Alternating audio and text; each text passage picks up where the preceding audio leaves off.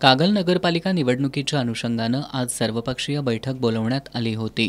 या बैठकीत कागल नगरपालिकेची निवडणूक निकोप आणि पारदर्शक वातावरणात पार पाडण्यासाठी सर्वांनी सहकार्य करावं असं आवाहन तहसीलदार आणि निवडणूक निर्णय अधिकारी अमरदीप वाकडे आणि सहाय्यक निवडणूक निर्णय अधिकारी तथा मुख्याधिकारी अजय पाटणकर यांनी केलंय।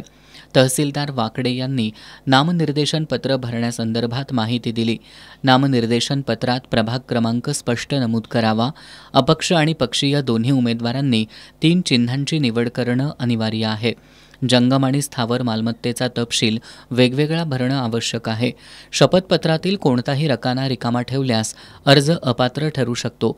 आरक्षण प्रवर्गातील उमेदवारांनी जातीचं प्रमाणपत्र आणि वैधता प्रमाणपत्र सादर करणं बंधनकारक आहे। 2001 नंतर जन्मलेली अपत्य 3 पेक्षा जास्त नसावीत। गुन्हेगारी पार्श्वभूमीचे पुरावे सादर झाल्यास अर्ज बाद होऊ शकतो असं तहसीलदार वाकडे यांनी सांगितलं। मुख्याधिकारी अजय पाटणकर यांनी उमेदवार नगरपालिकेचा थकबाकीदार असेल तर अपात्र ठरू शकतो असं सांगितलं।